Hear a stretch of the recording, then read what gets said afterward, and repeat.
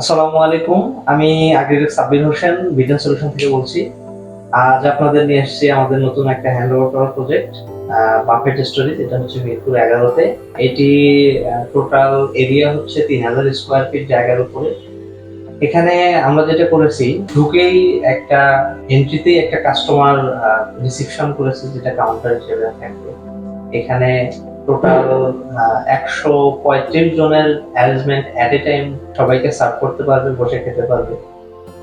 Plus হচ্ছে এখানে একটা সুন্দর বুফে কাউন্টার থাকবে, যেখান থেকে কাস্টমার সরাসরি নিতে পারবে। এখানে কাস্টমারের চাহিদা ছিল মূলত একটু সিম্পল মিনিমালিস্ট টাইপের এবং স্বল্প বাজেটের মধ্যে করা।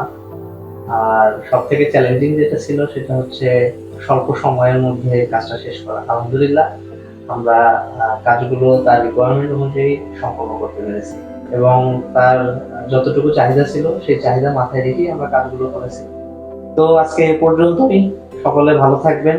আবার দেখা হবে ইনশাআল্লাহ নতুন কোনো প্রজেক্ট নিয়ে।